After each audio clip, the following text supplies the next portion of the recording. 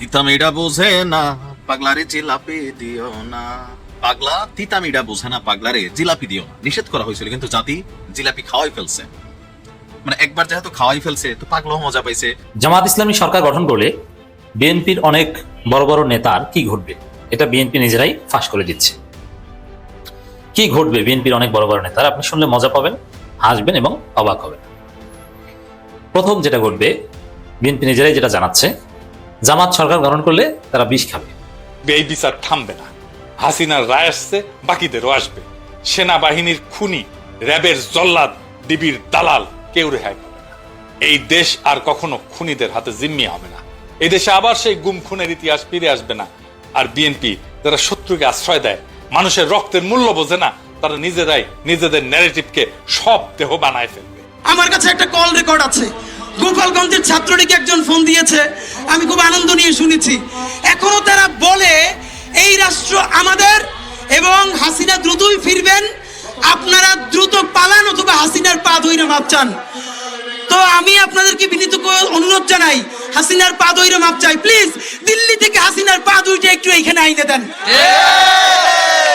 দিল্লি থেকে হাসিনার পা দুখানা যদি এখানে আনিয়ে দেওয়া যায়, তাহলে 18 কোটি জনগণ তার পা ধইরে মাপ চাইতে চাই, একটু পা আনার ব্যবস্থা করে দেন।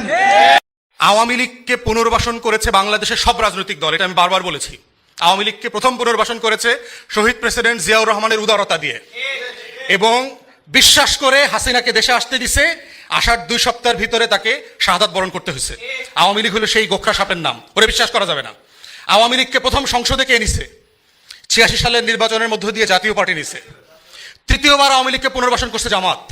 চতুর্থবার আওয়ামী লীগকে পুনর্বাসন করছে 111-এর সরকার, দিল্লি, প্রণব মুখার্জি, বাংলাদেশের বুদ্ধিজীবী বুদ্ধিবেশ্যারা যারা আছে, এই দেশকে যারা কলম দিয়ে লিখে ভুয়া অর্থনীতির থিওরি দিয়ে দিয়ে দেশ বেচার রাজনীতি করে, তারা মিলে করেছে। গতকাল সেনাকুঞ্জে ডক্টর মোহাম্মদ ইউনূস বলেছেন, বাংলাদেশের স্বাধীনতার ঘোষক হলেন একমাত্র মরহুম প্রেসিডেন্ট জিয়াউর রহমান, অন্য কেউ নয়। আজকে বিএনপির মনোনীত সংসদ সদস্য প্রার্থী অ্যাডভোকেট ফজলুর রহমান উর্ফে ফজা পাগলা বলেছেন যে বাংলাদেশের স্বাধীনতার ঘোষক হলো একমাত্র বঙ্গবন্ধু শেখ মুজিবুর রহমান, অন্য কেউ নয়। তাহলে আপনাদের দলের ভিতরে এই রকম গাদ্দার ভারতীয় জাউরা সন্তান যদি থাকে, আপনারা কি আগামীতে দানের শীষে ভোট পাবেন, নাকি ফজা পাগলা নৌকা মার্কা ভোটের জন্য জনগণের কাছে যান? যাই হোক, এটা আমার একটা কমন ডায়লগ থাকে প্রত্যেকটা ভিডিওতে। কথা বলছে সাংবাদিক ইলিয়াস বনাম বিএনপির বিরুদ্ধে একটা যুদ্ধ শুরু হয়ে গেছে। এমনকি প্রকাশ্যে সাংবাদিক ইলিয়াস, পিনাকিদা যারা আছেন তারা কিন্তু এখন বিএনপিকে ধরছেন। এই যে সাংবাদিক ইলিয়াস, তারপর পিনাকিদাদের যে সোশ্যাল মিডিয়াতে যে একটা হিউজ কি বলা যায় উত্তাপ আছে, এটার কিন্তু স্রষ্টা বিএনপি এবং জামাত। এখন পর্যন্ত জামাতের নেতাকর্মীরা সাংবাদিক ইলিয়াস এবং পিনাকিকে পছন্দ করলেও বিএনপির নেতাকর্মীরা প্রতিদিন ওনার কমেন্টে আগে শুধু আওয়ামী লীগ গালি দিত, এখন কিন্তু বিএনপিও সাথে যোগ হয়েছে। কারণ কি, তারা এখন তাদের প্রত্যেকটা কন্টেন্ট সামহাউ এটা বিএনপির বিভিন্ন নেতাদের, এমনকি যারা একদম প্রথম সারির নেতা আছেন, মির্জা ফখরুল ইসলাম থেকে শুরু করে মির্জা আব্বাস থেকে শুরু করে প্রত্যেককেই মোটামুটি প্রতিদিন তারা নানান কন্টেন্ট তৈরি করে না। স্বাভাবিকভাবে বিএনপির নেতাকর্মী এটা পছন্দ করে না। কিন্তু যখন আওয়ামী লীগের বিরুদ্ধে ছিল তখন ভালো লাগছে, এখন বিএনপির বিরুদ্ধে, এখন বিএনপির ভালো লাগে না, আওয়ামী লীগের আবার ভালো লাগে। দেখেন খেলাটা কেমন বদলাইছে। ভবিষ্যতে জামাতে ধরলে পিনাকিতে একবার জামাতে খাইয়া দিয়ে আসছে, তারপরেও আবার ধরলে তখন আবার হয়তো জামাতের তারাও গিয়া গালাগালি করবে। এখন এগুলো আসলে কেন হচ্ছে? সাম্প্রতিক সময়ে আপনারা জানেন যে এনসিপির মনোনয়ন পেয়েছে ঢাকা 8 আসনে রিকশাওয়ালা সুজন, যে আবার খালেদা জিয়াকে নিয়ে একটা বিরূপ মন্তব্য করছে। আবার দেশীয় ব্র্যান্ডের মদ কেরু খায়, এদিকে ভালো, কিন্তু বিদেশে টাকা দেয় না, রেমিটেন্স না আনতে বলে দেশের টাকা দেশে রাখে। যাই হোক, এখন এই রিকশা চালক সুজন যে আসন থেকে প্রার্থী, এখানে কিন্তু বিএনপির আরেক প্রতাপশালী প্রার্থী Mirza Abbas as a king. এখন যারা যারা অনেকে মনে করতেছিলেন যে এই আসনটা থেকে সাংবাদিক ইলিয়াস এবং পিনাকি বা এনসিপির একটা পরিকল্পনা ছিল, বা সুজন যে ডায়লগটা দিছে এটা বিএনপিকে এবং কি কোথাও না কোথাও মির্জা আব্বাসকে একটা অপমানজনক অবস্থানে নেওয়া। তো এ নিয়ে সাংবাদিক ইলিয়াস অবস্থান নিয়েছেন মির্জা আব্বাসের বিরুদ্ধে। শুধুমাত্র মির্জা আব্বাস ডাকেন না, উনি ডাকে চান্দাবাজ হিসাবেই তাকে বলেন। ইলিয়াস হোসেন একটা স্ট্যাটাস দিয়েছে যে সুজন রিকশা চালায় আর চান্দাবাজ রিকশাওয়ালাদের কাছ থেকে চান্দা খায়। অনেকেই বলেছেন ভুয়া মির্জা আব্বাসের সাথে সুজনকে দাঁড় করিয়ে দিয়ে আব্বাসকে অপমান করা হয়েছে। এখন মির্জা আব্বাস আবার অতীতে যখন ওনাকে নিয়ে কন্টেন্ট তৈরি করা হয়েছে, উনি কিন্তু এই সাংবাদিক ইলিয়াস এবং পিনাকিরে ধুইয়া দিছিলেন। এরপর তারা কিন্তু আরো কঠিন ভাবে মির্জা আব্বাসের কি বলা হয় যে বিরুদ্ধে কন্টেন্ট তৈরি করছে। তো সাংবাদিক ইলিয়াস বলছেন, আমি মনে করি খেটে খাওয়া দেশপ্রেমিক জুলাই যোদ্ধা সুজনের জন্য এইটা অপমানজনক, মির্জা আব্বাসের জন্য না, সুজনের জন্য অপমানজনক। কেন? সায়দাবাদ টার্মিনালের একজন চাঁদাবাজের সাথে তাকে নির্বাচন করতে হবে। অনেক বড় একটা বক্তব্য কিন্তু দিয়ে দিচ্ছে যে সুজনের সামনে সুজন যে আব্বাস ভাইয়ের সাথে আপনার কি বলা যায় নির্বাচন করবে, এটা সুজনের জন্য অপমানজনক, এটা তিনি বুঝাতে চাইছেন। আর বলছেন যে সুজন ভাই, আমি আসন্ন নির্বাচনে নির্দিষ্ট কোনো দলের পক্ষে না গিয়ে কয়েকজন প্রার্থীর হয়ে কাজ করব। অর্থাৎ সাংবাদিক ইলিয়াসরা বলতে চাচ্ছেন ওনাদের নির্দিষ্ট কোনো দল নাই, কিন্তু কোথাও না কোথাও ওনাদের অবস্থান একটা দলের পক্ষে। কোন দল দেখে আপনারা কমেন্টে লিখেন। এই মুহূর্তে পিনাকিদা এবং সাংবাদিক ইলিয়াস তারা কিন্তু একটা দলকে সাপোর্ট করছেন, দেখি বুঝতে পারেন কিনা। আচ্ছা, তো সেখান থেকে বলছেন যে হতে পারে জামাতের একজনের পক্ষে তিনি কাজ করতেছেন, বিএনপির কোনো একটা প্রার্থীর পক্ষেও কাজ করতেছেন, আবার এনসিপির সুজনের পক্ষে কাজ করতেছেন। অর্থাৎ যে আসলে একটা ভালো মানুষ পড়বে, ওনাদের দৃষ্টিতে যারা ভালো তারা পড়লে তারা তাদের পক্ষে কাজ করবে। এখন এক একজনের দৃষ্টিতে এক এক রকম, তাই না? ধরেন থাকে না যে আপনি যেটা 6 দেখতেছেন আমি এটা 9 দেখতেছি, আবার আমি যেটা 9 দেখতেছি আপনি এটা 6 দেখতেছেন। আপনি যেই প্রান্তে আছেন আপনার দৃষ্টিটা একরকম, আমি যে প্রান্তে আছি আমার দৃষ্টিটা আরেক রকম। অর্থাৎ সাংবাদিক ইলিয়াসের বক্তব্য, সুজনের জন্য তিনি কাজ করবেন। ঢাকা 8 আসনে ভোটারদের কাছে তিনি চেয়েছেন মার্কা শাপলা করে, অর্থাৎ এনসিপির এই প্রার্থীকে জিতানোর জন্য। তবে আমি অ্যাডভান্স একটু এটা বুঝতে পারতেছি, হিরু আলম যেমন ঢাকা 17-তে দাঁড়াইয়া আরাফাতের বিরুদ্ধে জিতা গেছিল, কিন্তু সবাই বলে যেটা কারচুপি হয়েছে লাস্ট এরিয়া, এমনকি ক্যান্টনমেন্ট এরিয়ার মধ্যে অনেক ভোট পাইছিল হিরু আলম। তো এখন ওইটা কাদের ভোট পাইছে? হিরু আলম রেখে ভোট দিছে আরাফাতের বিপরীতে যেই মার্কাটা দাঁড়াইছে ওইটারে। এখন এই সুজনের এনসিপির তো একটা নিজস্ব টুকিটাকি 2-1% ভোট ব্যাংক আছে, আবার সাংবাদিক ইলিয়াস এবং পিনাকিদের একটা প্রভাব তো আছে গণমাধ্যমে বা সোশ্যাল মিডিয়ায়, সেখান থেকে একটা ছোটখাটো ভোট কিন্তু সুজন পাবে। আবার এখানে অন্যরকম কোনো কিছু হইলেও হইতে পারে, তবে আমার মনে হয় না হবে। কেন? এখানে জামাতের আরেকজন শক্তিশালী প্রার্থী আছেন, আবার এখানে উসমান হাদি আছেন। তবে লড়াইটা হইতে পারে ইনকিলাব মঞ্চের উসমান হাদি বনাম সুজন। মির্জা আব্বাসের সাথে লড়াইয়ে সুজন টিকবে না, কারণ দিন শেষে বাংলাদেশের জনগণ আবেগে অনেক কিছু করে, কিন্তু ধরেন বিচার বিশ্লেষণের সময় মোটামুটি সঠিক একটা অবস্থানে নিয়ে নেয়। তবে সাংবাদিক ইলিয়াস এবং পিনাকিদা নির্বাচনের আগ মুহূর্ত পর্যন্ত তারা আদা জল খাইয়া নামছে, যেভাবে প্রতিদিন এক্সপোজ করতেছে একের পর একজনকে বা বিভিন্ন আসনের প্রার্থীদেরকে নিয়ে, বুঝতেই পারতেছেন যে পরিস্থিতি কোন দিকে যাবে। ভোটের মাঠে একটু হলেও দোলাদল হবে, তবে সেই লেভেলে হবে না। সেই লেভেলে হবে না সেটা আমিও বুঝি, কারণ বিএনপি একটা বড় দল, তাদের কর্মী সমর্থক প্রচুর আছে। আর কোথাও না কোথাও আওয়ামী লীগের সাপোর্ট বিএনপি পাবে কিছুটা, এক একজন এক এক এলাকাতে এক একটা পাবে। দেখা যাক কি হয়। ভালো থাকুন। যেমন দলিল, আমার দেশ একটু সুন্দরভাবে আকর্ষণ রেখে শিরোনাম করেছে, জামাত সরকার গঠন করলে যা করবেন ফজলুর রহমান। এখন তিনি শুধু বিএনপি নেতা না, বিএনপি চেয়ারপারসন উপদেষ্টা, মানে খালেদা জিকে উপদেশ দেন। টোটাল বিএনপি এই ফজু পাগলাদের কথায় চলে। এই ফজু বলছেন কি দেখি, ইটনা মিঠামইন অষ্টগ্রামের রাজাকারেরা নির্বাচনে জিতলে, দেখেন প্রথম কথা হচ্ছে কত বড় মিথ্যুক এবং অসৎ লোক। আসলে ইটনা মিঠামইন অষ্টগ্রামে যারা এখন জামাতের রাজনীতি করছে তারা কেউই রাজাকার নয়, তাদের জন্মই ৭১-এর পর, তাদেরকে বলছে রাজাকার। এই ফজু পাগলা পিটায় না পিটায় চোর, ওই এলাকার জনগণ এর পিটিয়ে হাতটা ভেঙে দেয় না কেন? জামাত সরকার গঠন করলে বিষ খাও।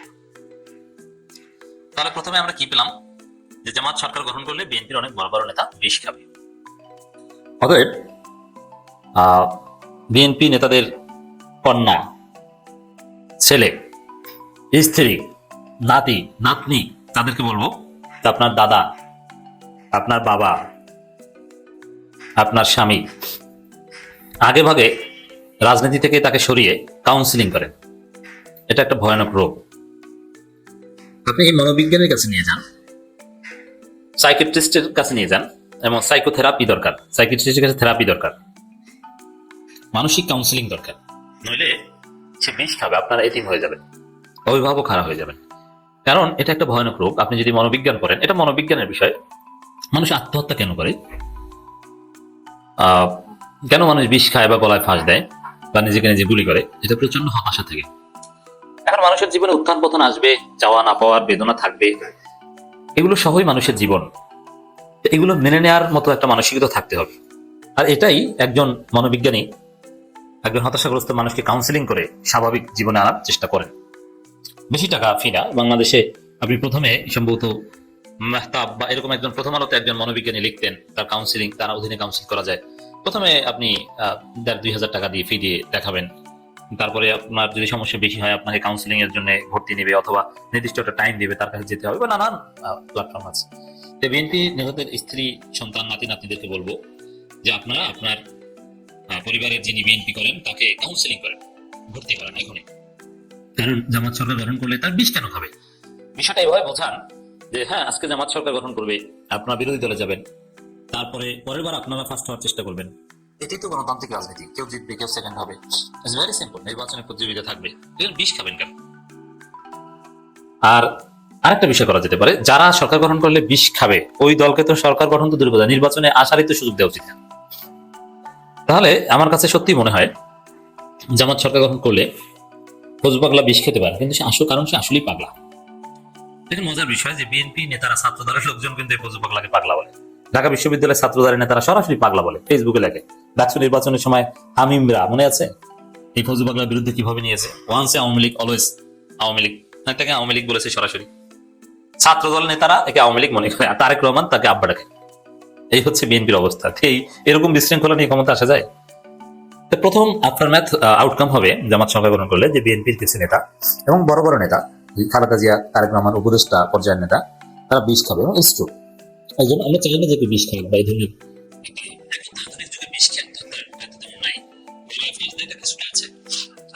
গুলি করা, নিজের মাথায় ঠেকে নিজে গুলি করা, এটা হচ্ছে সবথেকে স্মার্টেস্ট আত্মহত্যার পদ্ধতি।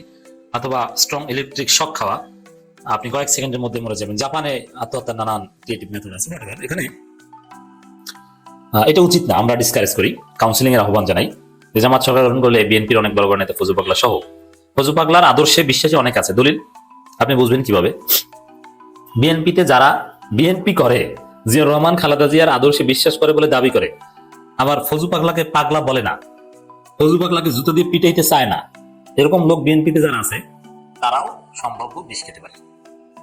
আর যারা ঢাকা বিশ্ববিদ্যালয়ের স্মার্ট ছেলেদের মতো যারা ফজু পাগলাকে সরাসরি ফজু পাগলা বলে, ছাত্র দলের পদধারী হয়েও যারা বলে যে ওয়ান্স আওয়ামী লীগ অলওয়েজ আওয়ামী লীগ, এই কথা যারা বলতে পারে ছাত্র দলের, তারা বিষ খাবে না। যেমন হামিমকে দেখেছেন ঢাকা বিশ্ববিদ্যালয়ের সে ডাকসু নির্বাচনে ছাত্র দলের জিএস ক্যান্ডিডেট ছিল। হামিম ছেলেটা পরাজিত হয়েছে, সাথে সাথে ঘুরে দাঁড়ানোর চেষ্টা করছে যে এবার পারিনি, পরের বার পারবো। এবং এখনো সে ক্যাম্পাসে নানান অ্যাক্টিভিজম করে যাচ্ছে, ভালো কাজ করে যাচ্ছে, ডাকসুর শিবিরের সমালোচনা করছে। হ্যাঁ, সমালোচনা করবে, এটাই গণতান্ত্রিক সৌন্দর্য। এবং সে নিজে কাজ করার চেষ্টা করছে। এরকম যারা, তারা টিকে যাবে। এবং কিছু কিছু নেতা আত্মহত্যা করবেন, বেশ খাবেন, আর কিছু কিছু নেতা সাথে সাথে দেশ ছেড়ে পালাবেন। কেন? তারা জানে জামাত সরকার গঠন করলে কি হবে। ডাকসুতে যেটা দেখেছেন ওইটি আল্লাহর কাছে সিজদায় লুটিয়ে পড়বে, তারা নফল রোজা রাখবে, তারা তাহাজ্জুদ করবে, বলবে আল্লাহ তুমি আমাদেরকে এই ক্ষমতা দিয়েছো, এই ক্ষমতার ভার সহ তৌফিক দান করো, আমরা যেন জালিম হয়ে না যাই, আমরা যেন ভুল না।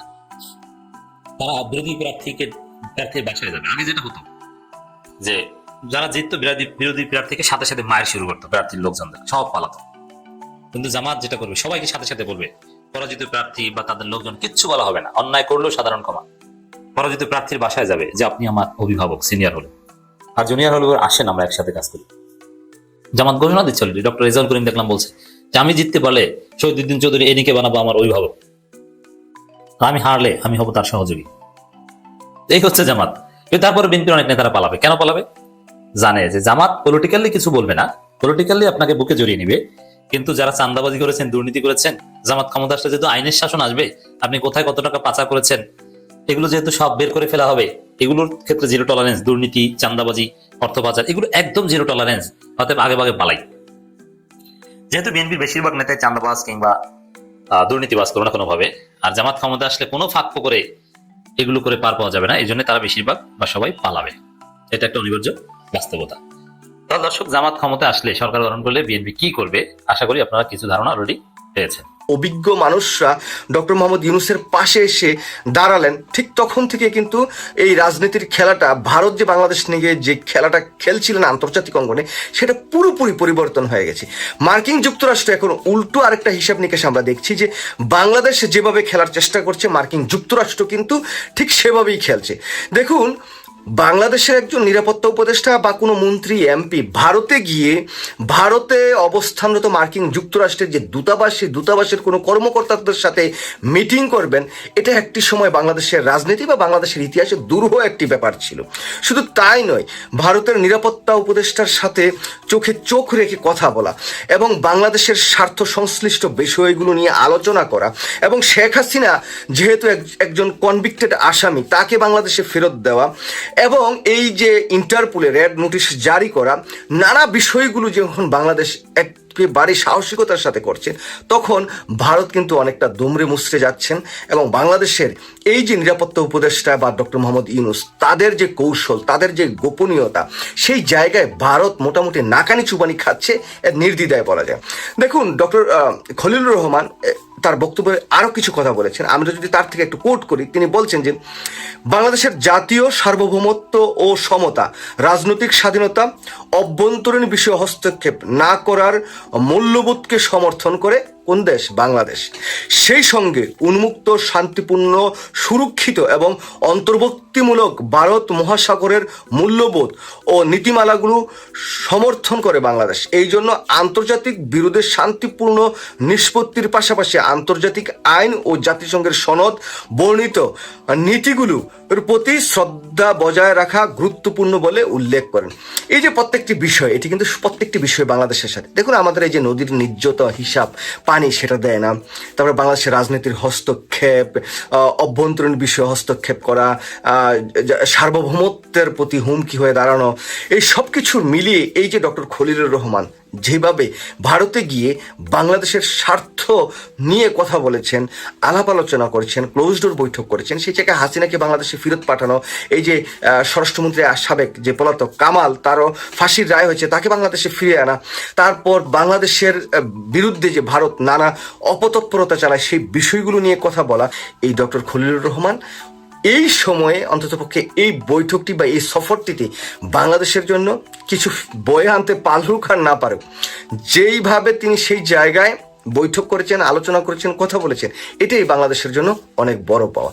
মানুষ কথায় কথায় বলে একে দেখেছি, ওকে দেখেছি, আওয়ামী লীগকে দেখেছি, বিএনপিকে দেখেছি, একবার অন্তত জামাতকে দেখি। এছাড়াও সবচেয়ে বড় প্রশ্ন হলো বাংলাদেশের 98% মানুষ মুসলমান, এবং আজকের জমানায় 98% মানুষের মধ্যে বিরাট 1% মানুষ আল্লাহ খুদাকে ভয় পান, নামাজ রোজা করেন, মিথ্যা কথা কম বলেন বা চুরি চামারিটা পছন্দ করেন না। এমন মানুষের সংখ্যা অনেক আছে যারাই ভাবছে যে আমরা এইবার জামাত ইসলামকে ভোট দিব, ভোট দিয়ে জামাতকে একবার সরকারে দেখতে চাই জামাত কি করতে পারে আমাদের জন্য। ইভেন কি যে জেন যেটা আছে, ইয়াং ছেলেরা, এরাও এখন জামাতের প্রতি একটু হলেও আগ বাড়িয়ে জামাতের প্রতি ইন্টারেস্ট শো করছেন। এবং কি মেয়ে ভোটার যারা আছেন তারাও জামাতের প্রতি নিষ্ঠা বাড়াচ্ছেন। এর বড় প্রমাণ হলো বিভিন্ন ইউনিভার্সিটির যে ইলেকশনগুলো হয়েছে, সেগুলো তো আপনারা দেখেছেন। সেই ইলেকশনের যারা ভোটার ছিলেন তাদের ম্যাক্সিমাম জেনজির, এই জেনজের যারা আছেন তারাও একটি কথাই ভাবছেন যে আমরা তো দেখেছি ভাই, অনেক দলকে তো দেখেছি, এরশাদকে দেখেছি, বিএনপিকে দেখেছি এবং আওয়ামী লীগকে দেখেছি, একবার অন্তত জামাতকে দেখি। দেখুন, আমি স্টকহোমে থাকি, এখানে রাজনৈতিক কর্মকাণ্ড খুব বেশি একটা নেই। এখানে যারা আওয়ামী লীগ করে তারা আওয়ামী লীগ করে, যারা বিএনপি করে তারা বিএনপি করে, কিন্তু নিউট্রাল কিছু মানুষ আছেন তারা কিন্তু কোনো দল করেন না। আমি তাদের অনেকের সাথে কথা বলেছি, অনেককে জিজ্ঞাসা করেছি, ভাই তুমি তো কোনো দল করো না। আমি এখানে বলে রাখি, যারা দল করেন তাদের সাথে এই ধরনের কোনো কথা জিজ্ঞাসা করিনি বা কখনো করবো না, কারণ জানি তাদেরকে জিজ্ঞাসা করলে তারা তাদের দলের কথাই বলবে। কিন্তু যারা কোনো দল করেন না তাদেরকে আমি অনেককে জিজ্ঞাসা করেছি, আমাকে অনেকেই বলেছেন এই একই কথা। ধরুন আমি এখানে আছি, আমার পরিবার দেশে থাকে, আমার মা বাবা আত্মীয় স্বজন, আমি প্রতি মাসেই একটা মোটা অঙ্কের টাকা আমার ফ্যামিলিকে দেই, সেটা দিয়ে আমার ফ্যামিলি চলে। হয়তো আমার ওয়াইফ আমার সাথে আছে, বা অনেকেরই ওয়াইফও এখন আসেনি, বাড়িতে রেগুলার কথা হয়, সামনের দেশের যে ইলেকশন সেটা নিয়েও কথা হয়। সবারই একটাই কথা যে আমরা তো আগে দেখেছি ভাই, আমরা তো আগে দুই দলকে দেখেছি, এবার দেখি না। আমার বাড়ি থেকেও সবাই বলছে এবার জামায়াতকে ভোট দেবো। আমাকে এক ছেলে বললো, আমার আম্মা যিনি পলিটিক্স বুঝেন না, উনি নাকি তাকে বলেছে বাবা এবার জামায়াতকে ভোট দেবো। তো আমি জিজ্ঞেস করলাম, মানে ছেলেটি বলছে, আমি জিজ্ঞেস করলাম কেন আম্মা? বলে ভিডিওতে জামায়াতের অনেক কাজ কাম দেখতেছি, আবার ভিডিওতে অন্য দলের কাজ কামও দেখতেছি। মানে এই যে ভার্চুয়াল মিডিয়া, এই ভার্চুয়াল মিডিয়া মানুষকে এমন ভাবে ইনফ্লুয়েন্স করেছে যে এইটা কিন্তু এখন প্রতিটি মানুষের ঘরে ঘরে আছে।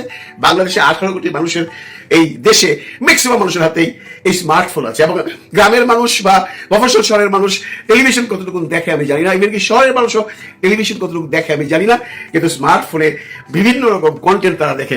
জামায়াত ইসলাম বা শিবির এই যে এই ভার্চুয়াল মিডিয়াতে একটা রিভলিউশন করে ফেলেছে।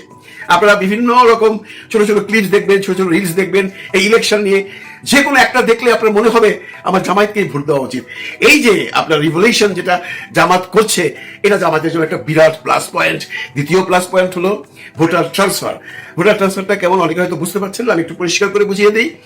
ধরুন জামাত টাঙ্গাইল 2-এ ডিসিশন নিয়েছে অমুককে নমিনেশন দেবে, কিন্তু তার যে প্রতিদ্বন্দ্বিতা প্রার্থী সে অনেক স্ট্রং। মোটামুটি বোঝা যাচ্ছে তার সাথে হয়তো জামাত পাস করতে পারবে না।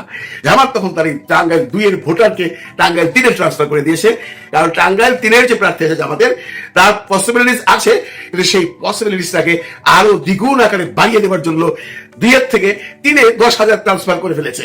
এটা কিন্তু অলরেডি টাঙ্গাইলে করে ফেলেছে। আমি টাঙ্গাইল দিয়ে এক্সাম্পলটা দিলাম। এমন ভোটিং ট্রান্সফার জামাত বাংলাদেশের অনেক জায়গায় করছে। এই পলিসি বাংলাদেশের কোন রাজনৈতিক দলের কোন রাজনৈতিক নেতা এগুলো করেনি। এটা ইউরোপ আমেরিকাতে সাধারণত হয়ে থাকে। জামাত ওই পলিসিতে গেছে। আরো একটা কথা আপনারা মনে রাখবেন, জামায়াতের প্রচুর গোপন ভোট আছে। জামায়াতের যে কোনো মিছিল হলে আপনারা দেখেছেন লক্ষ লক্ষ মানুষ, হাজার হাজার মানুষ আসে, এবং এদের কাউকে কোনো পয়সা করে দিতে হয় না। যার যার নিজস্ব ইচ্ছায় আসে, নিজস্ব উদ্দীপনায় আসে, নিজস্ব ভালো লাগা থেকে আসে। এই যারা আসেন তারা তো আছেনই, যে যারা আসেন না এর বাইরেও প্রচুর গোপন ভোট আছে, যারা কখনো কোনো মিছিলে যায় না, যারা কখনো কাউকে কিছু বুঝতে যায় না। কারণ মানুষ যখন ভোট দিতে যাবে, ভোট দিয়ে আসার পর সেই জানবে সে কাকে ভোটটা দিয়েছে, সে কোন দলের মিছিলে গিয়েছিল, কোন দলের মিছিলে গিয়ে জিন্দাবাদ জিন্দাবাদ করেছিল, সেটা কিন্তু মুখ্য বিষয় নয়। মুখ্য বিষয় উনি ভোটটা কোথায় দিয়েছেন। এমন লাখো ভোট আছে জামায়াতের গোপন ভোট। আর শেষ যেটা আলোচনা মানুষের মুখে মুখে এখন হচ্ছে, সেটা হলো যে আমরা তো ভাই দেখেছি, দুই দলকেই দেখেছি, একবার অন্তত জামাতকে ভোট দিয়ে দেখি না জামাত কি করে। এবং মানুষের মনে এইটুকু বিশ্বাস আছে যে জামাত যদি সরকার গঠন করতে পারে, তাহলে জামাত এমন কোনো কর্মকাণ্ড করবে না যেটা অন্য দলগুলো এতদিন করে আসছে। তার বড় প্রমাণ 2001 থেকে 2006-এ যখন বিএনপি সরকার ছিল, তখন জামায়াতের 3 জন বড় বড় মন্ত্রী ছিলেন। তাদের সেই সমস্ত মন্ত্রণালয়ে অদ্যাবধি কেউ বলতে পারবে না সূচক্র পরিমাণ অন্যায় হয়েছে, অত্যাচার হয়েছে, চুরি হয়েছে, চামারি হয়েছে। এই জিনিসগুলো মানুষ এখনো ভুলেনি। এগুলো কিন্তু যে কোনো ভোটারকে হিট করে। নতুন নতুন চমক, নতুন নতুন ক্যান্ডিডেট, নতুন সমীকরণ সৃষ্টি হচ্ছে। ঢাকা 8 আসনে ইতিমধ্যে বাংলাদেশ জাতীয়তাবাদী দল বিএনপির পক্ষ থেকে মির্জা আব্বাস, ইনকিলাব মঞ্চের হাদি এবং এনসিপির পক্ষ থেকে নতুন যার নাম আসছে তিনি হচ্ছেন সুজন। কে এই সুজন? সুজন হচ্ছেন একজন রিক্সা চালক। এই রিক্সা চালক জুলাই আগস্ট বিপ্লবের সময় ছাত্র জনতার পক্ষে তার রিক্সার উপর দাঁড়িয়ে তিনি সেলুট জানিয়েছিলেন। সেই সেলুটের দৃশ্যটি সারা বাংলাদেশে ব্যাপকভাবে ভাইরাল হয়ে গেছে। তো নতুন এই রাজনৈতিক দল এনসিপির ঢাকা 8 আসনের নির্বাচন করার জন্য এই সুজনকে এনসিপির পক্ষ থেকে সবুজ সংকেত দেওয়া হয়েছে এবং তিনি নমিনেশন ফর্ম কিনেছেন। যদি এনসিপি তাকে ঢাকা 8 আসন থেকে নির্বাচন করতে দেন, তাহলে মির্জা আব্বাসের সাথে চতুর্মুখী লড়াই হবে। এখানে এনসিপি, ইনকিলাব মঞ্চ, বিএনপি এবং জামাত ইসলাম, আপাতত এই 4টি দলের সাথে চতুর্মুখী লড়াই হবে। তবে প্রধানত আমি আজকে যে বিষয়টি বলতে চাই, যেহেতু বিএনপির সবচেয়ে বড় স্থায়ী কমিটির অন্যতম সদস্য এই মির্জা আব্বাস সাহেব, তার সাথে যে দুজন লড়বেন একেবারেই নবীন, একজন তো রিক্সা চালক, আরেকজন হাদি সাহেব। তিনি ইনকিলাব মঞ্চের মধ্য দিয়ে নানা কথাবার্তা বলে জুলাই আগস্টের বিপ্লবের পর তার যেই মোটামুটি জনসমর্থন, সেটা মোটামুটিভাবে একেবারেই বাংলাদেশের প্রত্যন্ত অঞ্চলের মানুষ তার কথাগুলো, তার যেই একেবারেই স্বাভাবিক গ্রাম বাংলার মানুষের মতো যে বচনভঙ্গি, সেইগুলোর মধ্য দিয়ে কিন্তু তিনি জনপ্রিয়তা অর্জন করেছেন ইতিমধ্যে। তো এই জায়গাতে ঢাকা 8 আসনে যদি এনসিপির পক্ষ থেকে এই সুজনকে নমিনেশন দেওয়া হয়, আর অন্যদিকে যদি এই যে ইনকিলাব মঞ্চের হাদি নির্বাচনটা করেন, তাহলে আমি প্রধানত মনে করি যে নির্বাচনটি এখানে নতুন একটি ডাইমেনশন তৈরি করবে। কারণ একজন রিক্সা চালকের সাথে লড়তে হবে বিএনপির স্থায়ী কমিটির সদস্য মির্জা আব্বাস, আর অন্যদিকে হাদি ইতিমধ্যেই ঢাকা 8 আসনে যেই সংযোগ সেটা করার মধ্য দিয়ে জনগণের মোটামুটি একটি ভালো সমর্থন কিন্তু তিনি অর্জন করতে সমর্থ হয়েছেন আর কি। তো এখন মির্জা আব্বাসকে কি ঢাকা 8 আসনে হাদি কি লাল কার্ড দেখাবেন, না সুজন দেখাবেন, না জামাত ইসলামের যিনি ক্যান্ডিডেট আছে তিনি লাল কার্ড দেখাবেন? আসলে এই যে মির্জা আব্বাস সাহেব, তার বিপক্ষে নানা সমালোচনা আছে, বিগত আওয়ামী সরকারের সাথে আতাত করার নানা কথাবার্তা আছে। সবকিছুর ঊর্ধ্বেও তিনি বিএনপির স্থায়ী কমিটির একজন সদস্য, প্রবীণ রাজনীতিবিদ, তার ব্যবসা বাণিজ্য আছে, তার ব্যাংক আছে, অনেক টাকা পয়সা আছে। কিন্তু তার সাথে যারা প্রতিদ্বন্দ্বিতা করছেন এই হাদি অথবা সুজন, তাদের কিন্তু অর্থবিত্ত সেরকম নাই। ইতিমধ্যে আপনারা জানেন যে হাদি তিনি কিন্তু ওই যে বাতাসা আর মুড়ি এই দুটি খাইয়ে মোটামুটি বিখ্যাত হয়ে গেছেন। কিন্তু তো আসলে নির্বাচন করতে, জনসমর্থন করতে, জনগণের মধ্যে একটা হাইপ তৈরি করতে খুব বেশি টাকা পয়সা অর্থবিত্ত লাগে না, জনগণের ভালোবাসা লাগে। তো সেই জায়গায় আমরা দেখতে পাচ্ছি যে মির্জা আব্বাস এখন কার সাথে আসলে ফাইটটা করবেন, তার ছেলের বয়সী বা তার হাঁটুর বয়সী যদি বলি সেরকম মানুষদের সাথে। আর তার এখন প্রধান প্রতিদ্বন্দ্বী হবে এই এনসিপির যে রিক্সা চালক সুজন।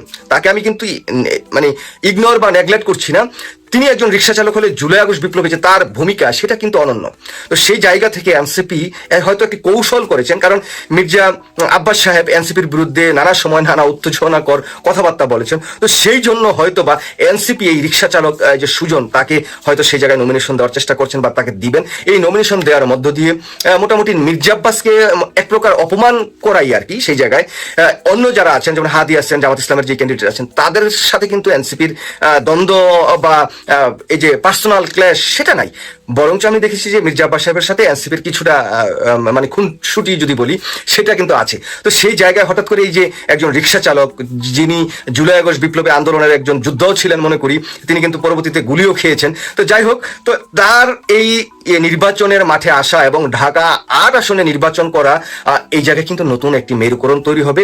এই জায়গায় নির্বাচিত হয়ে মির্জা আব্বাস সাহেব আসাটা তার জন্য অনেক দুরূহ এবং কষ্টসাধ্য হবে। ইতিমধ্যেই বাংলাদেশের রাজনীতি এবং রাজনীতির যে মাঠ, সেই মাঠে কিন্তু সেই আগের দিনের যে রাজনীতি সেটা আর খুব একটা হবে না। তবে অনেকেই মনে করেন যে মির্জা আব্বাস সাহেব যেহেতু অনেক অর্থবিত্ত, টাকা পয়সা, তার দল বল লোকজন সবকিছু আছে, সুষ্ঠু নির্বাচন যদি না হয় অসুষ্ঠু হবে, সেই জায়গায় হয়তো বা কোনো না কোনো ভাবে মির্জা আব্বাস বিজয়ী হয়ে আসবেন। তবে আগামীর যে নির্বাচন, সেই নির্বাচনটি কিন্তু এত সহজ হবে না, যেহেতু একটা কঠিন নির্বাচন হবে। এই নির্বাচনটিতে হাদির মতো একজন সজ্জন বা অত্যন্ত জনপ্রিয় একজন মানুষকে পরাজিত করা, অথবা এই জুলাই বিপ্লবের যেই নায়ক একজন রিক্সা চালক সুজন, তার সাথে কম্পিট করে তিনি এই নির্বাচনে বিজয়ী হয়ে আসাটা, বা জামাত ইসলাম আছেন তার সাথে নির্বাচনে প্রতিদ্বন্দ্বিতা করে উঠে আসাটা এবার অন্ততপক্ষে মির্জা আব্বাসের জন্য কঠিন এবং হাড্ডাহাড্ডি লড়াই হবে ঢাকা ৮ আসনে। তো সেই জায়গায় আমি অন্ততপক্ষে মনে করি যে মির্জা আব্বাসকে লাল কার্ড দেখায় দিতেও পারে হয়তো রিক্সা চালক সুজন না হলে হাদির কিন্তু সমূহ সম্ভাবনা আছে। ইতিমধ্যে হাদি কিন্তু লাল কার্ড হাতে নিয়ে বসে আছেন মির্জা আব্বাসকে লাল কার্ডটা দেখাতে। তবে সেই ঢাকা ৮ আসনে কিন্তু এই হাদি নির্বাচনী যে প্রচারণা করছেন সেই জায়গায় খুব ভালো ভালো কথাবার্তা বলছেন। এই ভালো ভালো কথাবার্তা বলে কিন্তু জনগণের মনের ভিতর হাদি ইতিমধ্যে ঢুকে পড়েছেন, যে জায়গায় মির্জা আব্বাস অনেকটা পিছিয়ে আছেন বিভিন্ন অপকর্ম, দুর্নাম, নানা কিছু দিয়ে। তো সেই জায়গা থেকে আগামী নির্বাচন ঢাকা ৮ আসন লাল কার্ডের খেলা কিন্তু জমে যেতে পারে। প্রিয় দর্শক, আপনারা বিএনপি নেতা ফজলুর রহমানের আরেকটি বক্তব্য শুনেছেন নিশ্চয়। ইতিমধ্যেই বক্তব্যটি ভাইরাল হয়েছে। তিনি একটি প্রোগ্রামে তার নির্বাচনী এলাকায় কিশোরগঞ্জ ৪ আসন থেকে তিনি নির্বাচন করবেন, ওইখানে প্রচারণা চালাতে গিয়ে একটা জায়গায় তিনি বলেছেন জামাত ইসলাম যদি পাশ করে তাহলে তিনি বিষ খাবেন। চমৎকার একটি কথা তিনি বলেছেন। এই বেচারা আসলে মানসিক ভারসাম্যহীন একটি মানুষ। তিনি অসুস্থ, প্রচন্ড অসুস্থ, দীর্ঘদিন ধরেই তিনি চিকিৎসা নিচ্ছেন। তো এইটা যে তিনি বলেছেন, এটা কি এবারই প্রথম? না, এবারই কিন্তু প্রথম না। তার এই ধরনের জোকারিপনা, এই ধরনের হেয়ালিপনা, ছেলে মানুষই এবং এই ধরনের নোংরা কথা তিনি এর আগে অনেকবার বলেছেন। এটা কেন হয়েছে এরকম? তার কারণ তিনি প্রথমে তো ছাত্র জীবনে ছাত্রলীগের সভাপতি ছিলেন, এরপরে তার জীবনে কোনো সফলতা আসে নাই। যেখানে গিয়েছেন সেখানেই ব্যর্থতায় ভরা তার জীবন। সফলতার দেখা না পেতে পেতে লোকটা এত হতাশ হয়ে পড়েছে। হতাশ হতে হতে মানসিক ডিপ্রেশনে ভুগতে ভুগতে তিনি এখন পুরো মানসিক রোগী হয়ে গেছেন। এই যে তিনি এবার বললেন না যে তিনি জামাত পাশ করলে বিষ খাবেন, এর আগেও তার আরেকটা চমকপ্রদ একটা ঘটনা আছে, একটা কাহিনী আছে। এই ফজলুর রহমানকে কিন্তু তার এলাকায় কানকাটা ফজলু বলে। এটি কি আপনারা শুনেছেন? হ্যাঁ, ঠিকই শুনছেন আপনারা, কানকাটা ফজলু। এই কানকাটা ফজলুর কিন্তু একটা খুব চমৎকার একটা গল্প আছে। সেটা হচ্ছে 1991 সাল। তিনি যখন সমস্ত দল মেরে এসেছেন, এর ভিতরে আওয়ামী লীগ থেকে গামছায় এসেছেন, জাতীয় পার্টিতে এসেছেন, তারপরে কামাল হোসেনের গণফোরামে এসেছেন, এরকম অনেক দল তিনি পরিবর্তন করেছেন। বাংলাদেশে আর কোনো দল নাই, শুধুমাত্র জামাত ইসলাম বাদে সমস্ত দলগুলোই কিন্তু তিনি মেরে এসেছেন। হ্যাঁ, কঠিন চরিত্রবান একজন লোক। যেখানে দেখে যে একটু স্বার্থের ব্যাঘাত ঘটেছে, সঙ্গে সঙ্গে দল পরিবর্তন করে অন্য জায়গায়। এই জাতীয় লোক আবার যখন চরিত্রের কথা বলে, আদর্শের কথা বলে, তখন ঘোরায়ও হাসে। হ্যাঁ, রাস্তার কুকুরগুলোও চিৎকার করে কান্না শুরু করে ফজলুর রহমানের কথায়। যাই হোক, তো ওই সময় তিনি এরকম 91 সালে সব দল মেরে এসে, সব ঘাট পার হয়ে এসে, তিনি 4-5টা ঘাট পার হয়ে এসে দল চেঞ্জ করে আবার তিনি কিন্তু আওয়ামী লীগে দ্বিতীয়বারের মতো আসলেন। এসে আওয়ামী লীগের নমিনেশন নিলেন ওখান থেকে, আর ওখানে বিএনপির নমিনেশন পেলেন হচ্ছে মাওলানা আতাউর রহমান খান। তাহলে আতাউর রহমানের সাথে তার লড়তে হবে। ওই সময় তিনি বিভিন্ন জায়গায় তার নির্বাচনী প্রচারণায় গিয়ে আতাউর রহমান খানের পিছনে এমন লাগতেন, মানে প্রতিহিংসা যাকে বলে। রাজনীতিতে প্রতিযোগিতা থাকবে, প্রতিহিংসা কিন্তু ভয়ঙ্কর ব্যাপার। এই লোকটা পুরা প্রতিহিংসা পরায়ণ। আতাউর রহমান খানকে তিনি চ্যালেঞ্জ দিয়ে বসলেন যে এই আতাউর রহমান যদি পাশ করে, ওই কিশোরগঞ্জের ভাষায়, আর ভিতরে একটু পাগলামি আছেই, এই আতাউর রহমান যদি পাশ করে তাহলে আমি 2 কান কেটে কিশোরগঞ্জ শহরে হেঁটে বেড়াবো। যথারীতি নির্বাচন হলো এবং মাওলানা আতাউর রহমান খান তিনি পাশ করলেন 91 সালে, ওই আসন থেকে তিনি এমপি নির্বাচিত হলেন। তো ফজলু, এখন আপনাদের কাছে প্রশ্ন আসতে পারে, তাহলে কি ফজলু কান কেটেছিল? আপনারা এই যে ফজলু যে বক্তব্য দেয়, দেখেছেন কখনো তার কান কাটা? কোনো কান কাটা দেখেছেন? তার কান কিন্তু দুটিই আছে, বহাল তবিয়তেই আছে। এখন এই ফজলুর রহমান কিন্তু কান কাটেন নাই। তো যাই হোক, এবারের প্রেক্ষাপটটা একটু ভিন্ন, কারণ এবার তিনি আওয়ামী লীগের ভোটগুলো পাবেন, আর বিএনপির ভোট তো পাবেনই, কারণ বিএনপি এবার তাকে নমিনেশন দিয়েছে মূলত এই কারণে। আওয়ামী লীগের ভোটগুলো বিএনপির বাক্সে আনার জন্য তিনি মূলত এবার তাকে দল থেকে বহিষ্কার করার পরেও তাকে নমিনেশন দিয়েছে, এবং তাকে যে কথা শিখিয়ে দেওয়া হচ্ছে তিনি সেভাবেই বলছেন। একটি কোথাও তিনি তার বাইরে থেকে বলছেন না। এখন যদি জামাত ওখানে পাশ করে, তিনি কিন্তু বিষ খাবেন না, এটা একেবারে 100% বিষ খাবেন না। যেহেতু আগের বার কান কাটেন নাই, এবারও বিষ খাবেন না। তিনি কিন্তু পুরোটাই আওয়ামী লীগের পারপাস সার্ভ করছেন, এবং তিনি ইতিমধ্যেই বলেছেন বিএনপি ক্ষমতায় আসলে শেখ হাসিনার এই রায়কে, ফাঁসির রায়কে বাতিল করা হবে। এটি কিন্তু তিনি সত্যই বলেছেন। তিনি আওয়ামী লীগ তাকে নিযুক্ত করেছে এখানে।